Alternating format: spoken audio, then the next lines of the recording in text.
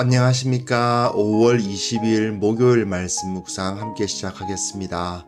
오늘도 주님께서 우리들에게 변함없는 은혜를 허락하여 주시고 그 말씀과 또한 그 하늘에 속한 여러 복으로 우리들 가운데 충만히 채워주시기를 위해서 기도하겠습니다.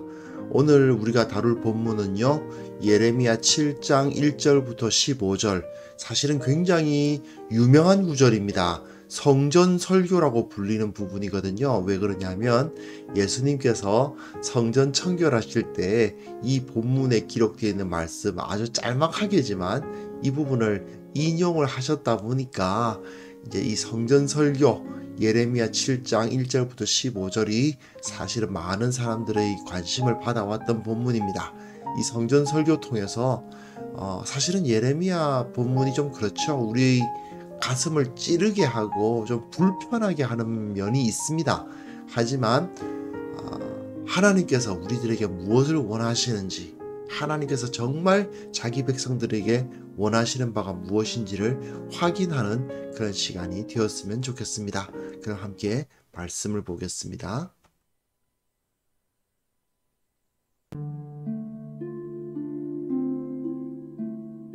여호와께로부터 예레미야에게 말씀이 임하니라. 너는 여호와의 집 문에 서서 이 말을 선포하여 이르기를, 여호와께 예배하러 이 문으로 들어가는 유다 사람들아, 여호와의 말씀을 들으라. 만군의 여호와 이스라엘의 하나님께서 이와 같이 말씀하시되, 너희 길과 행위를 바르게 하라. 그리하면 내가 너희로 이곳에 살게 하리라. 너희는 이것이 여호와의 성전이라, 여호와의 성전이라, 여호와의 성전이라 하는 거짓말을 믿지 말라. 너희가 만일 길과 행위를 참으로 바르게 하여 이웃들 사이에 정의를 행하며 이방인과 과와 과부를 압제하지 아니하며 무죄한 자의 피를 이곳에서 흘리지 아니하며 다른 신들 뒤를 따라 화를 자초하지 아니하면 내가 너희를 이곳에 살게 하리니 곧 너희 조상에게 영원 무궁토록 준 땅이니라. 보라, 너희가 무익한 거짓말을 의존하는도다. 너희가 도둑질하며 살인하며 간음하며 거짓 맹세하며 바알에게 분향하며 너희가 알지 못하는 다른 신들을 따르면서 내 이름으로 일컬음을 받는 이 집에 들어와서 내 앞에 서서 말하기를 우리가 구원을 얻었나이다 하느냐. 이는 모든 가증한 일을 행하려 함이로다. 내 이름으로 일컬음을 받는 이 집이 너희 눈에는 도둑의 소굴로 보이느냐. 보라, 나 곧 내가 그것을 보았노라. 너희는 내가 처음으로 내 이름을 둔 초소 실로에 가서 내 백성 이스라엘의 악에 대하여 내가 어떻게 행하였는지를 보라. 여호와의 말씀이니라.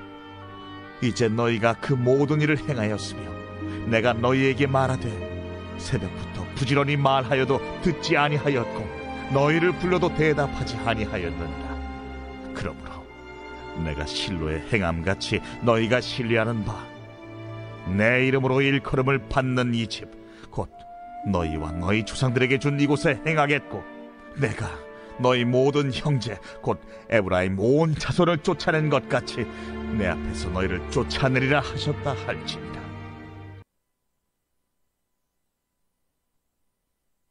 네, 이제 심판 이야기가 나오는 본문, 이제 2장부터 24장이 계속 심판 이야기가 나오는데요.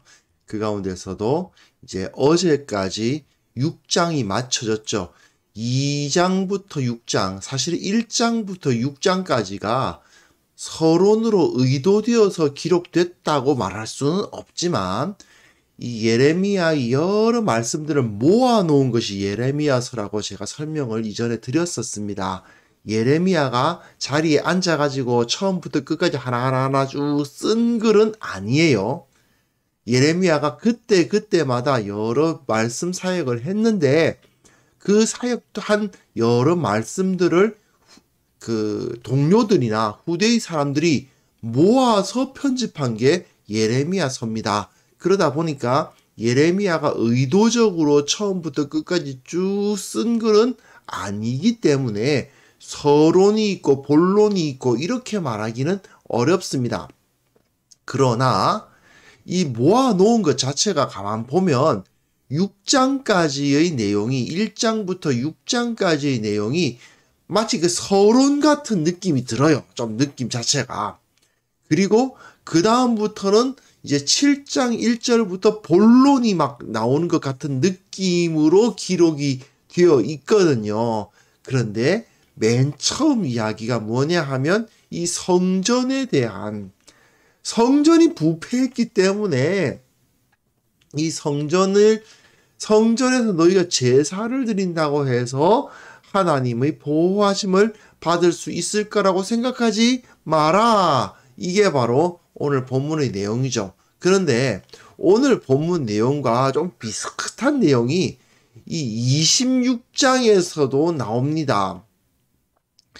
여호와의 성전 문 앞에 서 있어 오늘 본문에 보면 여호와의 성전 문에 서는데 여기서 여호와의 성전 뜰에 서라고 되어 있고요. 그리고 여전히 그 길, 악한 길에서 돌아오라, 선한 길로 가라, 너희들 길을 강조하고, 그리고 마지막에 이 성전을 실로같이 되게 하겠다. 이 실로가 뭐냐면 나중에 다시 설명드리겠습니다만 원래 성막이 있었던 자리죠. 다윗이 그 실로에서부터 이 예루살렘으로 성막을 옮겨오죠. 원래 있었던 곳이 그러니까 실로입니다. 이 실로가 어떻게 됐느냐? 북이스라엘 땅 그 에브라임 산지에 있었거든요. 그런데 북이스라엘이 망해버렸지 않습니까? 즉, 이 성전을 실로와 같이 원래 내 성막이 있던 그 실로가 망한 것처럼 이 성전도 망하게 하겠다라는 메시지가 여기 26장에도 나와 있어요. 26장 1절부터 6절까지 내용에도, 그러니까 오늘 본문과 비슷한 내용이거든요.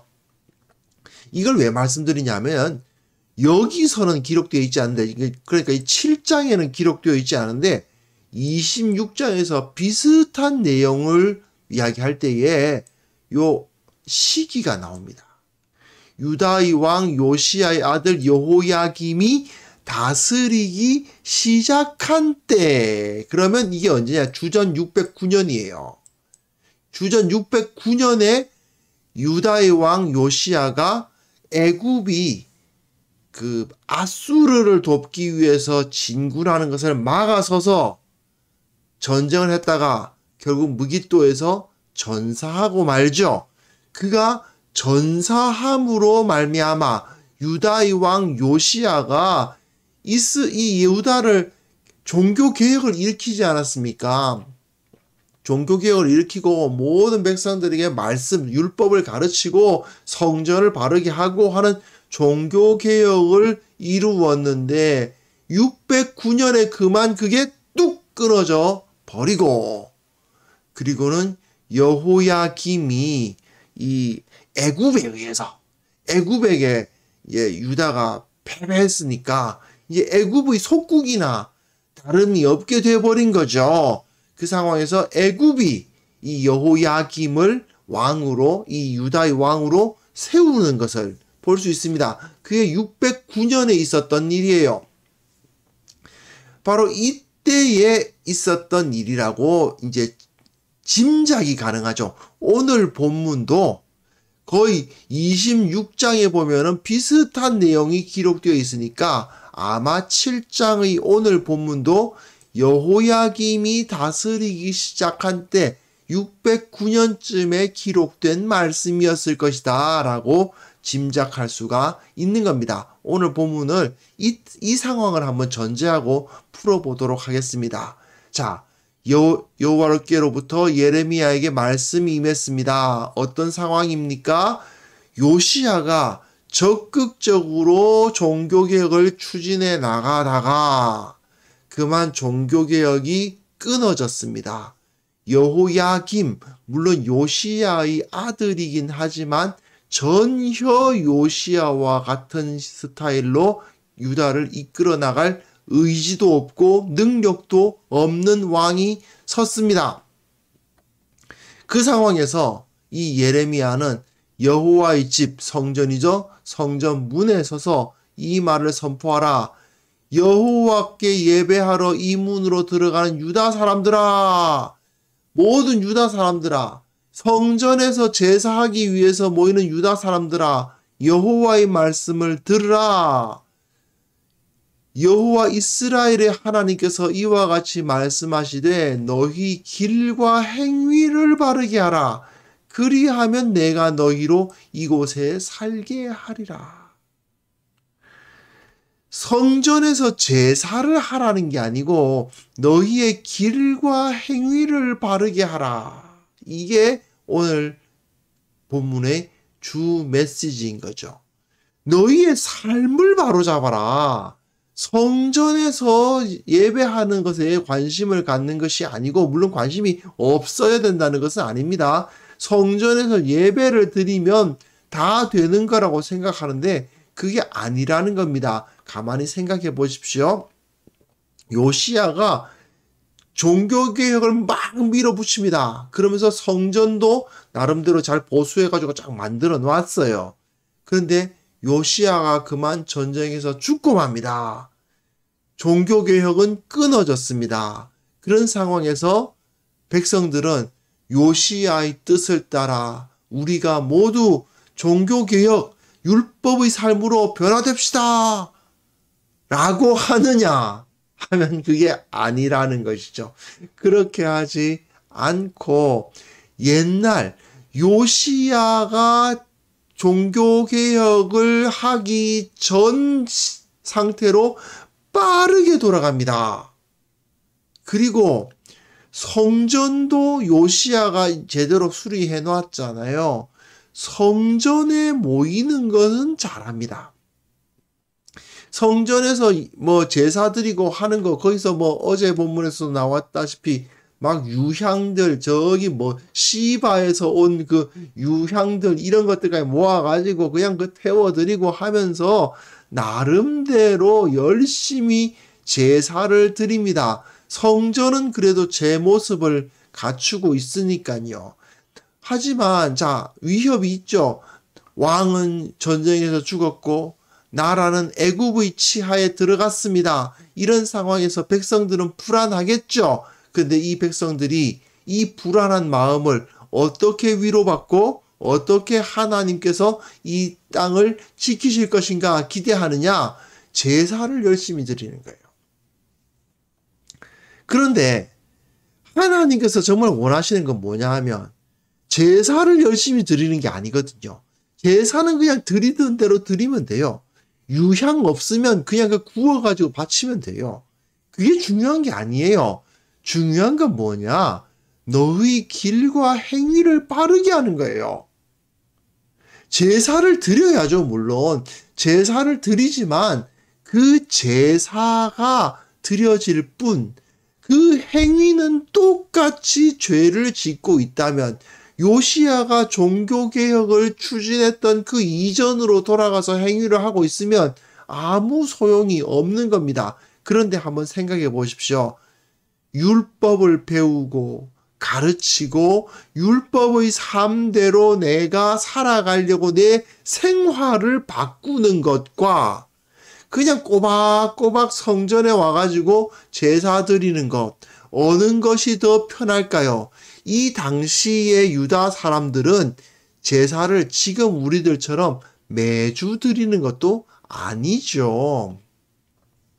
1년에 3번 드리면 많이 드리는 겁니다. 이 절기마다 와서 제사 드리는 거고, 그냥 이제 상번제가 거기서 계속 이어지고, 혹시 특별히 뭐 제사를 드려야 되겠다 하는 마음이 들면 성전에 와서 제사 드리는 거니까, 사실상 정기적으로 제사를 드리는 것은 그렇게 큰 부담이 되지 않지요. 내 삶을 바꾸고 뭐 이런 것까지 안 해도 됩니다. 하지만 율법을 가르쳐야 된다고 그러고 자꾸 모여가지고 율법 배우라 그러고 율법대로 살았냐 안 살았냐 자기 자신을 돌아보라 그러고 그러니까 힘들거든요. 그러니 율법을 공부하고 배우고 하는 것은 뒷전이고 그냥 제사만 드리는 거예요. 소 한 마리, 양 한 마리, 뭐 비둘기 몇 마리 끌고 가가지고 거기서 그냥 제사장한테 바치면 되잖아요. 편안하거든요. 그러니까 이 제의, 어떤 예배 의식은 발전하는데 율법을 가르치고 그 율법대로 살고 율법을 실천하는 모습은 그다지 나타나지 않는 겁니다. 과거로 돌아가고 마는 거예요. 그런데 여기서 굉장히 강력한 말을 이제 듣게 되죠. 너희는 이것이 여호와의 성전이라, 여호와의 성전이라, 여호와의 성전이라 하는 말은 거짓말을 믿지 말라. 아니, 여호와의 성전 맞는데, 분명히 여호와의 성전 맞습니다. 솔로몬이 지었던 그 여호와의 성전 맞아요. 그런데도 불구하고 하나님께서 거짓말하지 마라. 왜 그렇습니까? 너희가 만일 길과 행위를 참으로 바르게 하여 이웃들 사이에 정의를 행하고 이방인과 고아와 과부를 압제하지 않고 무죄한 자의 피를 이곳에서 흘리지 않고 다른 신의 뒤를 따라 화를 자초하지 아니하면 너희가 이곳에서 살게 될 것인데, 무슨 소리냐면 여호와의 성전이라, 여호와의 성전이라, 여호와의 성전이라. 그러므로 우리에겐 여호와의 성전이 있다. 그러므로 하나님은 우리를 지켜주실 것이다. 자, 이 사람들 입장을 한번 생각해 보세요. 요시야가 죽었습니다. 왕은 죽었어요. 실질적으로 나라는 망했어요. 이 나라는 지금 애굽의 속국이 됐어요. 애굽의 통치 아래 들어가고 말았습니다. 그런 상황에서 우리가 어떻게 될까 걱정이 됩니다. 그런데 제사장이라는 자들이, 선지자라는 자들이 앞에서 이것이 여호와의 성전이다. 이것이 여호와의 성전이다. 이렇게 이야기하면서 여호와의 성전을 하나님께서 지키시지 아니하겠느냐. 이런 이야기를 하니까 그러면 여호와의 성전과 가까이 사는 우리들도 하나님께서 지키시겠지. 이렇게 생각을 한다는 겁니다. 하지만 그거 거짓말이다. 거짓말이라는 거죠. 하나님께서 너희들을 지키시게 되는 조건은 이것이 여호와의 성전이기 때문에 너희를 지키시는 것이 아니고 너희들의 길과 행위를 바르게 하는 것, 고아와 과부를 압제하지 않는 것, 다른 신들을 섬기지 않는 거지. 이것이 성전이니까 이 성전 가까이에만 있으면 된다는 것은 거짓말이다. 이 말씀인 겁니다. 그러면서 보십시오. 보라, 너희가 무익한 거짓말을 의존하는도다. 네, 그 거짓말이에요. 성전에 제사 잘 드리면 하나님께서 지켜주신다는 따위의 말은 거짓말이다 이겁니다. 너희가 도둑질하고 살인하고 간음하고 거짓 맹세하고 바알에게 분향하고 또 너희가 알지 못하는 다른 신들을 따르면서도 이 집에 들어와서 이런 악행을 저지르고 있다는 겁니다. 이런 악행을 저지르고 있으면서도 내 이름으로 일컬음을 받는 이 집에 들어와서 내 앞에 서서 말하기를 우리가 구원을 얻었나이다 하느냐? 우리가 구원을 얻었나이다. 왜겠어요? 제사 바치면 제사장이 이제 너희들의 죄가 용서해졌다 이렇게 선포를 해준단 말이죠. 그래 우리가 구원을 얻었습니다. 이런 이야기 하는데 하나님께서는 그냥 가증한 일을 행하려 함이로다. 또 어디 가서 나쁜 짓 하려고, 또 어디 가서 못된 짓 하려고 내가 여기서 구원받았다 이 소리를 하느냐. 내 이름으로 일컬음을 받는 이 집이 너희 눈에는 도둑의 소굴로 보이느냐. 이게 이제 예수님께서 인용하신 부분이잖아요. 기록된 바 내 집은 만민이 기도하는 집이라 칭함을 받으리라. 이건 이사야 본문이고요. 너희는 강도의 소굴을 만들었도다. 이 도둑의 소굴로 보이느냐, 강도의 소굴로 만들었도다. 이게 예수님께서 인용하신 부분이라서 오늘 본문 이 성전 설교가 유명해져 버렸죠. 여하튼 나하고 내가 그것을 보았노라 여호와의 말씀이니라. 이것이 도둑의 소굴이다 이겁니다. 왜 그렇습니까? 악한 일은 다 하고 나서 그냥 일반의 삶에서는 도둑질, 살인, 간음, 거짓 맹세, 우상숭배 다 해놓고는 성전에 와가지고는 재물만 딱 바치고 나 용서받았어. 난 천국 갈 거야. 난 구원받았어. 이러고 있으니 이걸 어떻게 용서할 수 있겠냐는 거죠. 이 집이 너희 집에는 너희 눈에는 도둑의 소굴로 보이냐. 그런 말도 안 되는 거짓말을 너희가 듣고 있구나. 그렇게 말씀을 하시는 거죠. 결국은 이 종교개혁이 요시야가 이루었던 종교개혁이 급속도로 무너지고 있었다는 것을 이제 알 수 있게 되는 것입니다.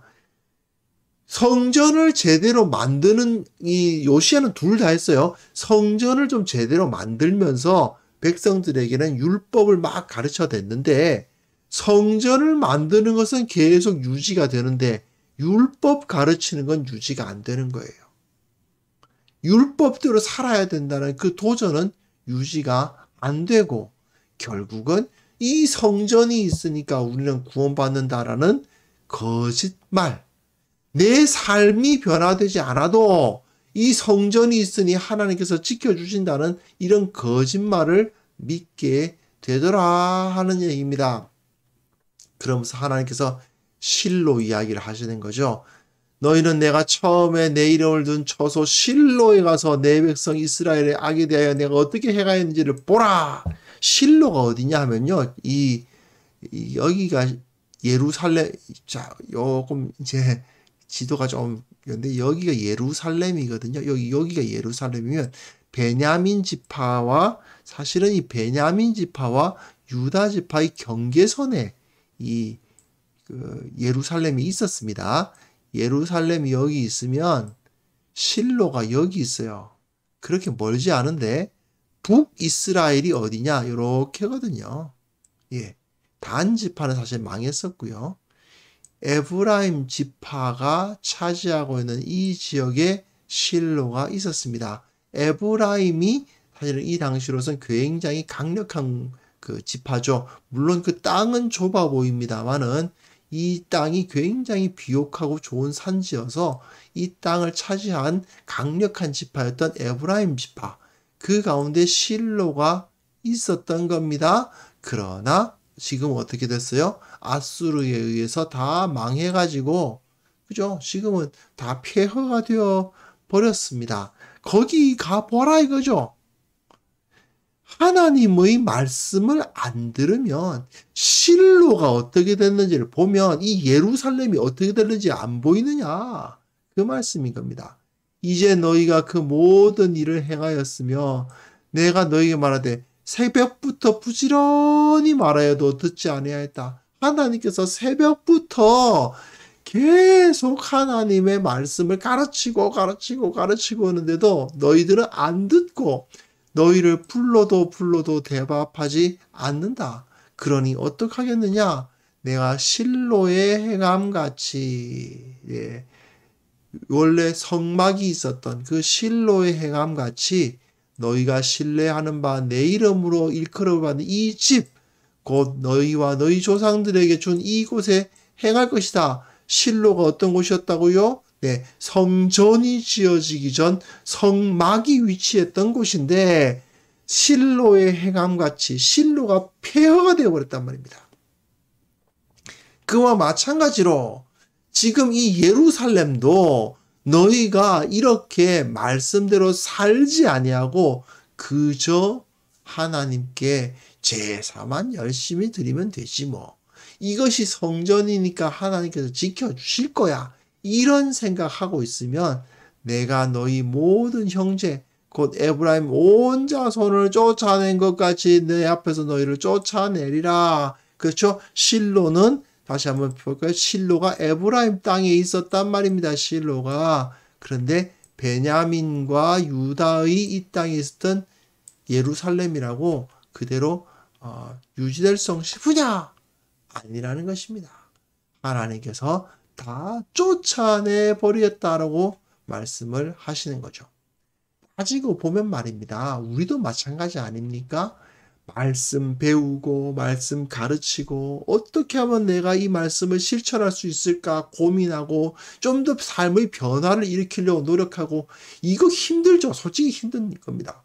그냥 예배하던 대로 정기적으로 예배 꼬박꼬박 나가면 되는 거 아닙니까? 이렇게 생각하는 게 편한 거죠. 하지만 생각해 보십시오. 말씀대로 살아가는 사람은 예배 안 드리겠습니까? 그렇죠. 말씀대로 살려고 하다 보면 당연히 꼬박꼬박 예배도 드릴 겁니다. 그런데 거기서 그치지 않고 주일날 열심히 꼬박꼬박 예배 드리는 수준에서 그치지 않고 내가 늘상 해오던 것이 하나님의 말씀에 맞나 안 맞나를 따지고 내 일상의 생활을 바꾸는 일을 하려고 하다 보니 힘들죠. 게다가 말입니다. 예배 시간에 말씀을 듣는다 했을 때 진리의 말씀을 듣고자 합니까? 듣고 싶은 말 듣고자 합니까? 사람들은요, 참말을 들으려고 하는 게 아니에요. 자기가 듣고 싶은 말을 들으려고 하죠. 그러니까 사랑과 은혜가 넘치는 하나님, 우리를 지켜주시는 하나님, 형통하게 하시는 하나님, 그런 이야기, 그런 메시지는 잘 들리는데, 정의의 하나님, 죄를 미워하시는 하나님, 심판주 하나님, 우리를 바로잡으시는 하나님, 우리가 바로 살기를 원하시는 하나님, 이런 메시지는 막 듣기가 싫은 겁니다. 예레미야 때나 현대교회나 마찬가지인 거예요. 그러니까 왜 우리 목사님은 축복만이 안 하느냐는 얘기만 많이 하지, 목사님들이 바른 길을 이야기하고 바로 살아야 된다고 이야기하고 변화를 일으켜야 된다고 이야기하고 순종하라고 이야기하면 잘 안 들리죠. 그냥 지금까지 하던 대로 살면 되지. 지금까지 열심히 예배도 드리고 헌금도 바치고 했는데 그러면 되는 거 아닙니까? 이렇게 그 정도로 멈춘다는 겁니다.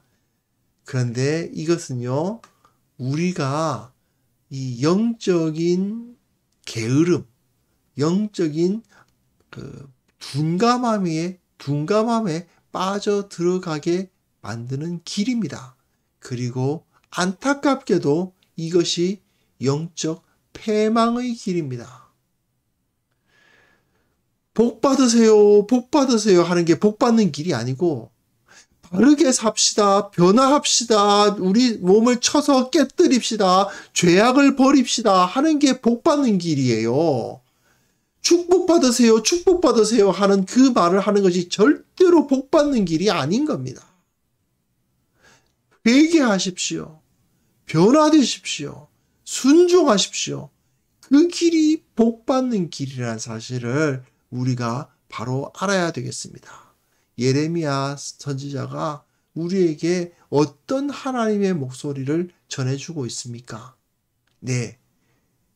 네가 지금까지 꼬박꼬박 제사 드리고 예배 드리고 꼬박꼬박 헌금 바치고 한 건 다 알겠는데, 너의 일반적인 삶, 주일날의 네 모습이 아니라 월요일부터 토요일까지 교회당에서의 모습이 아니라 너의 집과 사무실과 너의 직장에서의 너의 모습이 변화되어야 하나님의 은혜를, 하나님의 도우심을, 하나님의 구원과 복을 누릴 수 있다 하는 이거를 우리가 정말 진지하게 들을 필요가 있는 것입니다. 제가 오늘 기도 제목을 제시하는데 사실은 어제 기도 제목하고 같아요. 똑같은 기도 제목입니다. 우리가 말씀으로 변화될 수 있게 하옵소서. 오직 이 말씀으로 이 삶이 변화되고 그걸 통해서 이 교회가 변화되고 이 세상 가운데 하나님의 능력을 나타내게 하여 주옵소서. 함께 이 기도를 드렸으면 좋겠습니다. 순종하는 삶을 살아가는 우리 모두가 되었으면 좋겠습니다. 기도하겠습니다.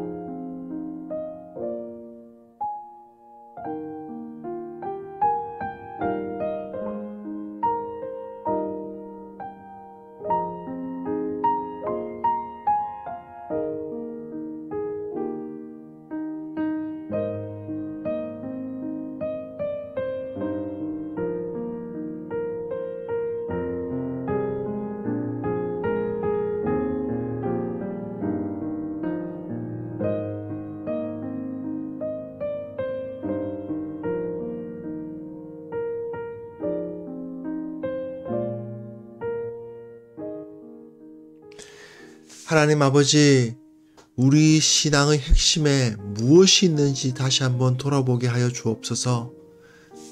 하나님의 말씀이 내 가슴 속에, 나의 삶 속에 온전히 자리 잡게 하여 주시고, 겉으로 드러나는 모습이 아니라 내 내면의 영적인 깊이를 추구하는 그러한 삶을 우리가 살아가게 하여 주시옵소서.